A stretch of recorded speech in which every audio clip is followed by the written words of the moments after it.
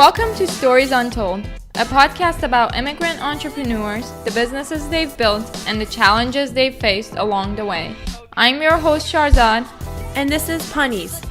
Each week, we sit down with entrepreneurs from different backgrounds and talk about how they build their companies from ideation to execution. Our goal is to inspire, empower, and help you take your idea to the next stage. This week's episode is about an immigrant entrepreneur that is changing the way beauty and glamour is seen and defined. Nitasha Syed is a Canadian engineer that is now building a media company in the US called Unboxd. Although she still holds her full-time job as a product manager at a well-known healthcare startup in San Francisco, she's on a mission to building a media company that focuses on highlighting beauty and glamour in women in STEM, while also sharing their intelligence with girls all over America. Her first product is a subscription-based digital magazine that features women in STEM monthly on the cover of her magazine. It's essentially a Vogue for women in STEM. So far, she's been able to influence many girls' decision on career paths, and her goal is to encourage more young girls to think outside the box when it comes to picking a career. In our interview, we focus on how she manages her time running a company while still maintaining her full-time job, how she measures her company's success while being surrounded by bloggers and social media influencers. We also talk about strategies to grow and expanding an online community and where she sees her company going in the next few years. We had a lot of fun recording this week's episode with Nitasha and hope you guys enjoy listening to what we discussed with her as well. Thank you so much, Nitasha, for joining us on Stories Untold podcast. We're really excited to have you on the show. Let's just start with maybe you telling us a little bit more about where you're from and tell us something that most people don't know about you. Okay, hi everyone. I'm Nitasha, and thank you for having me. I really appreciate it. I am from Canada. I was born and raised there. My parents are from Pakistan, actually. My mom was born in Karachi, I think. My dad was actually born in India, right at the partition, or right before the partition was about to happen, and then he grew up there in Calcutta, and then moved over to the Pakistan side in Karachi as well.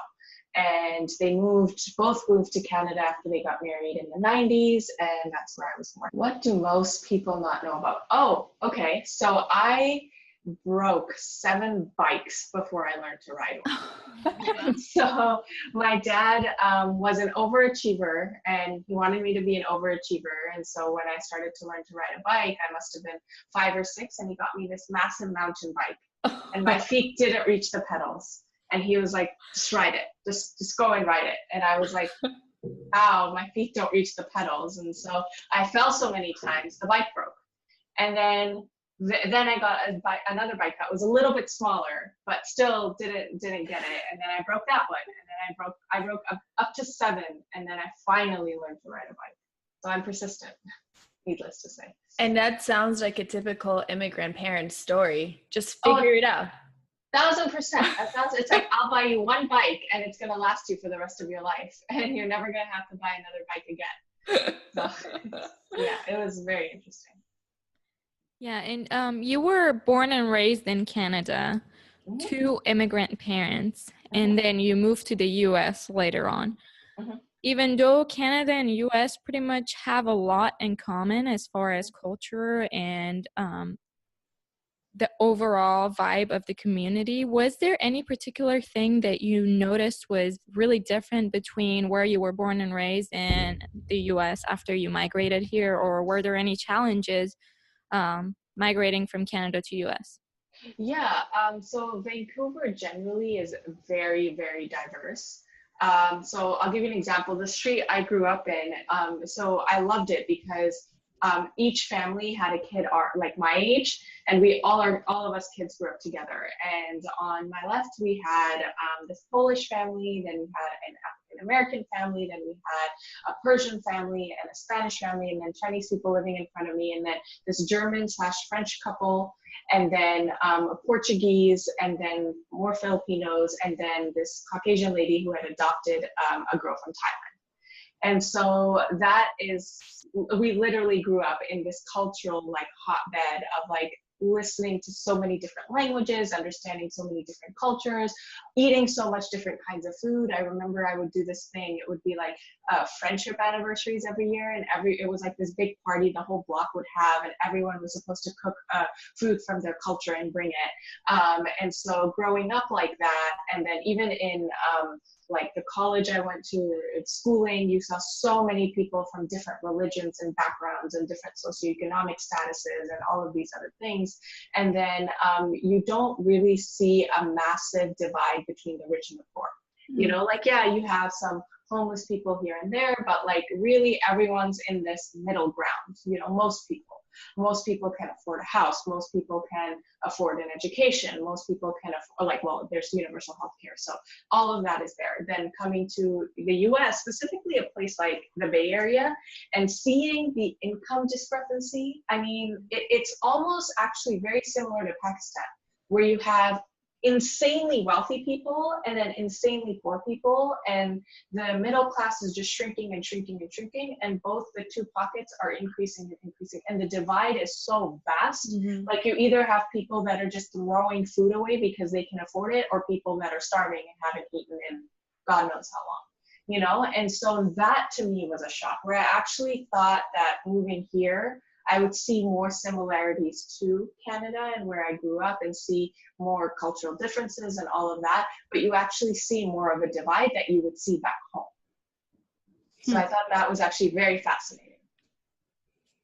That's very interesting, because we had a guest earlier on that moved from England to US, and he had a reverse type of experience. He said that he saw more of a divide in UK than he saw in the US. So it's very interesting to see how all these Western countries compare to each other in terms of the diversity and the culture and all of that. So that's a very good insight to have. Yeah. I was surprised. And also, our guest from England he moved back in like 1979 or so. So it was almost like a few decades ago, was actually a lot more different than now in terms of the divide here was so much better than everywhere else in the world. And then it seems like there was a stop in growing diversity and almost celebrating diversity in the US, where everything actually happened and it was spreading everywhere else. So I feel like maybe the time difference is also, it makes sense. Like in the US, what's happening today, it's different than what it used to be, 30 years ago. Yeah, it is. And there's good and there's bad, right? So like in Canada, it's very rare that you're going to find insanely wealthy people. You know, there's no, like, you don't see 25, 26-year-olds working at these companies that have gone public and getting, $2-3 million in stock and doing all of these other things. That's just not going to happen in Canada, right? You see accelerated growth in the United States. You see companies making it big in the United States. And that's, that kind of drives innovation. The innovation does come out of the United States, a lot of it, but it's like at the cost of what, And it's always a question, I think, of sacrifices, and it's a matter of what you're willing to sacrifice as a community. So. And let's go back to your background. Your background is in computer science, and you've been working in product development, product management, product marketing for over 5 years now. How did you decide, and when did you decide to start an online magazine, and what brought that on? Yeah, so that kind of evolved. The initial idea happened when I came out to the US. I was about 8 months into it, and they were screening this documentary called Debugging the Gender Gap at the Atlassian headquarters out here. And so I went with a couple girlfriends, and it hones in the gender gap in technology and what the implications of that are. And it goes to younger girls in the United States, and I ask them what they want to be when they grow up. And these girls answer with a wide range of things. And one common theme is they're not really wanting to go into STEM. So no one's like, oh, I'm going to grow up and become a computer scientist or a hardware engineer, or whatever. And so when the interviewer asks, what about a doctor, an engineer, or an analyst, they respond with, oh, we study those women in the media, and they're very nerdy, and they're antisocial, and they don't have a lot of friends, and we don't really want to grow up and be like that. And I'm watching this with my friends, and I'm like, that sucks, because I got stereotyped right now. I'm not like that. So many women aren't like that. We need to change that. And so I actually started with a Humans of New York style blog, but for women in STEM. And it was literally called Women of STEM. I didn't really put much thought into it. I was like, what's the easiest thing I can call it? And I created this blog on Wix and on Facebook. And I would interview the women that I knew in STEM fields, and I would tell them to send me a picture and share out their story. And, that was that. And I think that resonated well. I had 2 girls reach out saying they switched their majors in college after reading some of the stories because they were less intimidated by STEM fields. And they had always been interested in them, but they were always scared of them because they were intimidated by the women. They're like, we're not like them, so therefore we can't succeed in this field. And all of a sudden, just telling the story of those women broke it down for them. So I thought that piece, that element of storytelling was very interesting in how it was working. And then the more and more I interviewed women, the more women I spoke to, this overall common theme emerged in the media, where the media has always disassociated beauty and intelligence. Like there's this concept of like, you have to look smart, or there's the narratives that these girls have in the media, and they're 2 very distinct narratives. And one of them is there's the popular girl that's everyone wants to be like it, everyone wants to fawn over. That girl is not up at night doing homework or aspiring to become a physicist or whatever that is, right? And then you have the girls that are focused on their studies and aspiring to go into STEM or anything, like they're intelligent women, girls, and they're always shown as people who are antisocial and who don't like to go out and who don't have any friends. And literally, like, young girls are growing up watching these narratives thinking they have to fit in one of them. I talk to girls who actually have told me that they force themselves to be bad at math and science because they think if they're going to be good at it, they won't have any friends. And I've spoken to women who have told me about similar experiences about how they didn't go into STEM because there was this point in their life where they actually had to choose between being smart and being accepted, and they'd rather be accepted. And this sort of, I guess, these stereotypes of women actually get picked up at very, very young ages. For example, I was interviewing this woman. She's a head of product over at PayPal, and she was telling me about a group of 6th grade girls that came into her office one day, and she was telling them about PayPal and showing them around and telling them about what she does. And she told them that she had a master's degree in engineering, and one of the girls raised her hand and said, well, you can't be an engineer because you're wearing lipstick and you have nice hair, and engineers don't do that. And so these sort of initiatives really got me thinking about what it is I actually was doing. And I started actually reading a lot of studies that are done, and scientists have literally exposed young girls to 2 different kinds of groups of women in STEM. Groups that are more like fitting of the stereotype that we see, and groups that aren't fitting of the stereotype that we see. They're more natural, they're normal, they like to go out. Yeah, sure, they're engineers or analysts or whatever, but they have other interests and hobbies. They're just more well-rounded. And the girls that are exposed to the women that are more well-rounded come out thinking that they themselves can be better at math and science. They're more confident in their own ability of math and science. So it's a lack of exposure of the different types of women that are in STEM and what they're like, And so that really was very, very powerful for me. And then on top of it, I did research on, what is the media that young girls consume, high school girls, what are they consuming right now, And those media publications are more along the lines of Refinery 29 and 17 and Cosmo and Vogue and those kinds of things, right? And what is the STEM-based media that's out there? Either it's like targeted to very, very young girls, which is fine, or it's targeted, it's more publications, and it's very dense. It's research papers and really factual and this and that. And there's this huge gap in the middle.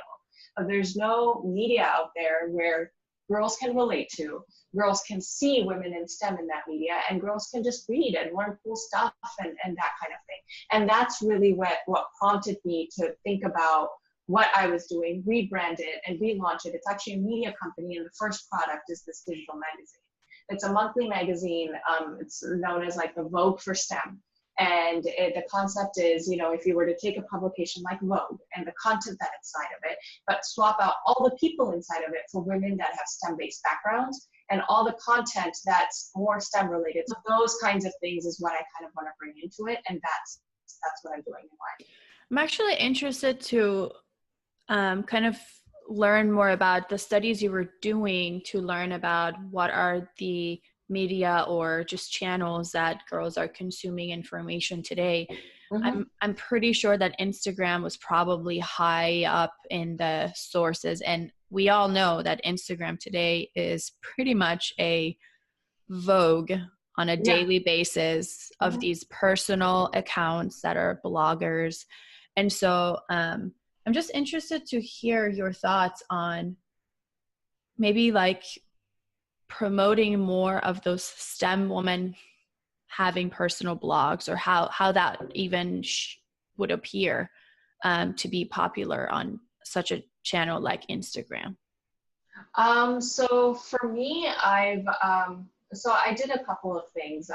When I started, I found the women that I knew that were on Instagram, that were heavily involved in Instagram, that had STEM-based backgrounds already, and or were part of technology in any way, shape, or form. And I call them STEMfluencers. And they basically built a brand of themselves in some, like STEM in something, fashion, or STEM in makeup, or blockchain, and there's this girl called Blockchain Barbie. She's really cool. And so blockchain and just everything pink because she loves it, right? And they've already amassed a massive following, and they've already got high engagement. You know, so you have that there already, right? And so I actually directly reached out to them on Instagram. Any single sort of partnership I've done it through Instagram, which I think is very interesting. And so I DM'd them and I said, hey, this is what I'm doing. I literally want you to be the Beyonce of my platform. Like, let me promote you. Tell me about the things you're building. Tell me about the new essay or the papers you're writing and the cool stuff you're doing and the restaurants you've gone to. And let me share your story to more people. And let me turn this into a platform that I can use to reach people. And so that sort of is what helped me popularize it, and is continuing to help me popularize it, because a lot of people that are following me are following these women and are passionate passionate about what these women are doing, and they're seeing this as a platform to find more women like that. And that's the strategy that I used and I built, because in the realm of Instagram, when you see that, you know, there's billions and billions of people on there, there's the subset of STEMfluencers is relatively small.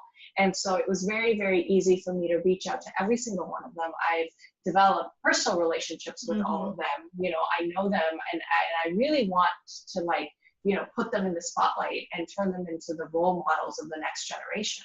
You know, and it genuinely, like, frustrates me when I flip through a magazine and I see like 5 pages on Kim Kardashian's baby and the shoes that she wore. And then I like go and I interview the girl that built the Mars rover website, or that girl that's building the next like enterprise like product or whatever it is. And I'm like, why is this happening?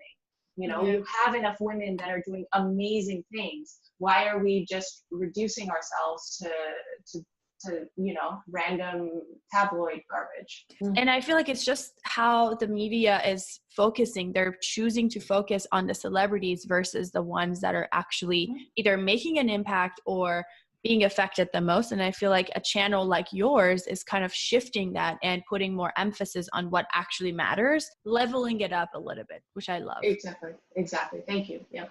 My background is also in computer science, and my full-time job is in the tech industry. And I definitely feel that there is a need for what you and your company is doing. What's your advice on how we can be more involved to help close this gender gap in the STEM fields?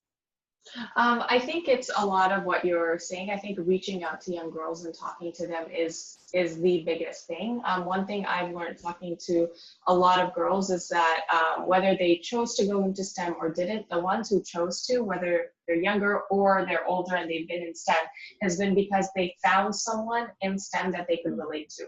So they either had a parent that was in STEM, either a mother or father, or they had an aunt, or they went and they found this mentor or someone at school brought in this girl or this lady or guy or whatever, it doesn't matter. And they found and they saw someone in STEM and they saw someone doing something in STEM and they could relate to that person. And so I think the best thing you can do is just exposing yourself and who you are to other girls that are younger. And it's slowly like becoming a grassroots movement. And it all comes from the fact of me like talking to my friends that have younger sisters and being like, hey, can I just talk to them for like 10, 15 minutes? And they're like, yeah, sure, talk to them. I'm actually interested to hear what made you want to go into STEM. Oh, my father. Yeah, so my father was a computer scientist. He was a business intelligence guy. And so I remember I would always be so curious about what he was doing. I would, be like, I think I learned SQL at a very young age. I think I was programming in SQL when I was 6 or 7 because it made sense to me. I saw him do it all the time. By the time I got to school, I would focus more on software engineering and AI. And so those were my two majors. But he was a huge driver for me going into computer science. It's really interesting to see how parents subconsciously influence your decisions. I do remember when I was about 7 or 8 years old, on my summer breaks, usually kids do stuff like, I don't know, maybe a swim camp or whatever. I remember one of my favorite things was to go to work with my dad. You know, he's a businessman and he had a big company, and I used to go and I was like an intern for him at age like 7 or 8. And I remember I used to pick up the phone and I was so strict about not mentioning that the boss is my father. You know, like people would come into his company and be like, oh, who's this poor little girl that needs to work at this young age? And I was so proud not to say that it's my father's business. But I feel like it's interesting how your parents also have, and it's probably who you're surrounding yourself with the most, which at that age happens to be your parents. Let's switch gears a little bit to Unboxd. You mentioned Unboxd is a media company, and as a media company, we want to better understand and also share it with our audience in case anybody is thinking about starting a media company. What are some key measurements that you're putting for your company in terms of determining success at different stages that you're growing the company moving forward? Yeah, I think everyone focuses on growth. Like when you talk about people, you're like, oh, I have X amount of followers or X amount of subscribers and it grows like 10% or 15% or 20% or whatever. I think that is definitely, I guess, an element of success, but I think the more important one is engagement. And I think that's one metric that I'm extremely focused on. How long are people watching your content? It doesn't matter whether it's 100 people or 1,000 people. If 1,000 people are just scrolling through it and not tapping it or not engaging with it, then there's no point. Those 1,000 people aren't interested in what you're doing, and you might as well just start from scratch and make sure that whoever, even if you have 100 engaged people, that's a lot better. Because then you have a relationship with those people, and those people have a relationship with your brand. And so for me, it's hyper focused on engagement, on how many comments I get, how many DMs I get, more than impressions or reach or whatever. And then on videos, then it's like how long people watch it. At what point did they stop watching, and what was happening at that point, and is there a pattern in all of the different other videos and that, where people stop watching, and like, what is that pattern and how do I break that? And so it's a constant learning process. And I've only been launched for like 2.5 months now. So we launched our first issue in September. So I'm not working with a lot of data points, but right now it's a super agile process because like even like the next 50 data points throw off everything I've learned from the past 2 months because it's such a small set of data. That's very interesting because it seems like some of these platforms give more focus and attention to content with higher views or higher reach, and it seems like you would get reward, like sooner reward if your content goes viral, or if it's, you know, getting more views, regardless of how engaged your audience is. So it's very important for everyone to kind of keep in mind that, you know, your long-term rewards are with your engaged consumers, people who really are able to find value in your content, It and is. not to get discouraged if your views or reach is not as high as, you know, some other competitors. So Yeah, it's very important. it definitely is. And you see the fruits of like high engagement. And I mean, like I said, I haven't been live for very long, but from like within a couple of weeks into it, I had young girls just DMing the brand and being like, hey, this is so cool. How do we promote this in our high school? How do we promote this in our college? Like, how do we, what can we do? Like, how, like 16, 17-year-olds, and you're like, 16, 17-year-olds don't do that. Like, I mean, in your head, right? Like you're trying to reach them and you're trying to get connected with them, but you know, you're not that age. And so it's obviously a little bit harder where you're trying to be relatable to a group of people whose age group you're not in, right? And so I thought it would be a much harder sell, but it's just fit really well. Part of it is probably because it's similar to the audience we are trying to capture. It's this specific group doesn't get a lot of attention from anybody, and it's the same thing with yours, where there aren't a ton of other channels out there that are really promoting this outside, so it grabs a lot of attention and it's not that hard to sell. But I love your approach in the way you're measuring the success of Unbox. It's very scientific. It's based on data, and you're looking into the engagement part, which is, again, it's your piece of data that you pay attention to, which I agree with you. It's always the question you have when shopping on Amazon. It's like, if somebody has 1,000 reviews with 4 stars versus somebody that has 30 and 5, like which one do you pick? But I agree with you that engagement is so much more valuable in terms of how to measure it and making sure it's a strong number than probably just throwing some butts on your account and making sure you have 10,000 followers with like 10. We always talk about it. It's like, go to these accounts and they have 200,000 followers, and you look at the comment section, it's like 2 and like 30 likes, and you're like, wait, how does that work? That doesn't add up. At the end of the day, if you don't have an engaged audience, you can't monetize on anything. Exactly. So if you can go buy bots, you can go do all these things. You go to a company for a partnership, the first thing they're going to look at is your engagement metric. And so if all you ever want to be is a brand on Instagram and maybe it's your side hobby, and maybe you're not looking to turn it into a business or monetize or anything, and so you just want to buy a bunch of followers and you know, up your game and whatever, and your engagement is low, and you're fine with that. But understand that you can't take that and sell it to someone as a viable business, you know. And so that no brand is going to want to work with you. No school or whatever you try, government agency, whatever it is, they're going to see your engagement metrics and they're not going to want to work with you, and it's just not going to work. I think that was a really good segue for us to ask you this question that we've been planning on asking you, because you're more similar to us than any other entrepreneur we've had on our show. You know, you have a full-time job, and you're at the same time working really hard to grow Unboxd.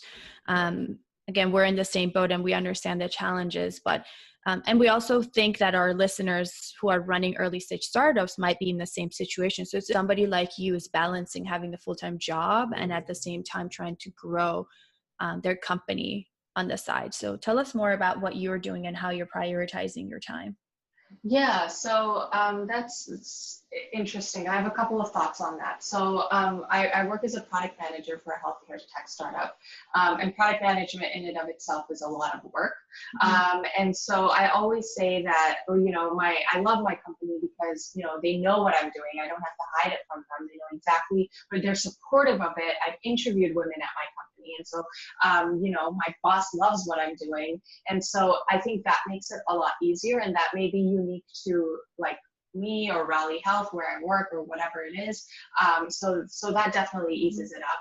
And then number two, I am someone who likes to time box my work. And so I will know like, hey, I have all of this work going, like I need to do as a product manager, right? So let me make sure that like I time box it. And maybe if that means that for the next 3 days, I don't do anything for Unbox and I'm super hyper focused on this, and make sure that I get it done so that for the next 3 or 4 weeks, I don't have to work late nights. And, after work, I can just go out and do more of Unbox and whatever, right? And so that's what I try to do. I obviously like the job that I have in the day comes first because they're paying me and all of these other things. And so I have to make sure that I'm on top of it for that. But I also then try and time box my Unbox work. So what I did this summer is I actually didn't travel, didn't go anywhere, didn't do anything. And I just focused on creating 6 to 8 months of content. And I did photo shoots every week, and I would be like, it doesn't matter whether I was hanging out with a friend, my laptop would be with me, and I would be creating different kinds of content and scheduling it and posting it. And now I was like, for the next 6 to 8 months, I don't need to worry about creating content. I don't need to worry about anything because it's already there. And now these next 6 months, I've really focused on promoting the brand and talking to people and connecting with people and growing it. And I'm not worried about posting 3 times a day. And so, and that's sort of how I try and time box work as much as I can. But at the end of the day, it's really interesting. I've been asked this question a lot about, how do you balance, 2 jobs? And then I'm also married. And so like, you have your personal life and all of that other stuff. And, what's your strategy? And I never knew how to answer it. And then the other day I read a quote that I think works so well, which is that it's never a matter of balancing. It's always a matter of making a conscious decision of what sacrifice you need to make. And you just need to hope that you don't sacrifice one thing too many times. And so at any point in time, it's just thinking of like, yeah, like I could go to this meetup, but then I have to cancel date night. Okay, is it worth it? At what point is it worth it? Can we reschedule that date night? Because I'm going to get so much value out of this meetup because it just, the skills are like that. So it's just a constant battle of sacrifices that I'm making on a day-to-day basis. And right now at this stage, are you self-funding everything that you're doing for Unboxd? Yeah, everything. It's all self-funded. Hopefully, like my goal is I can bootstrap everything until I can start generating revenue.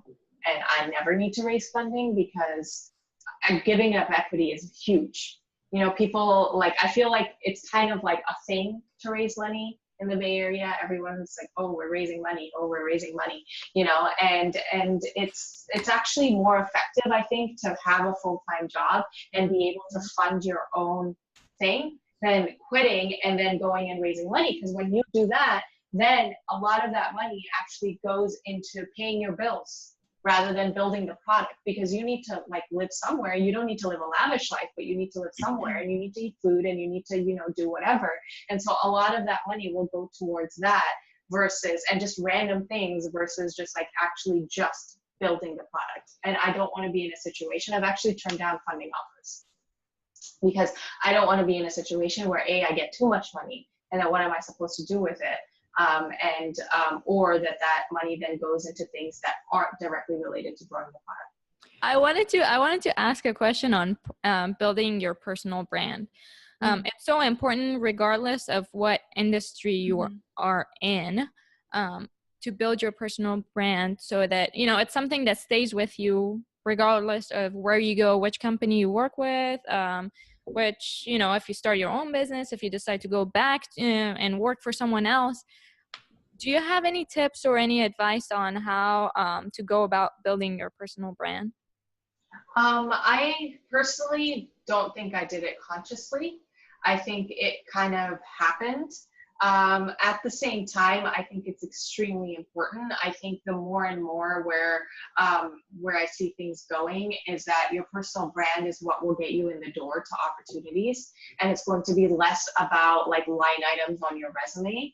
And I think that for me, it's a lot of it when you're early on in your career, it actually it's really a matter of how much you network.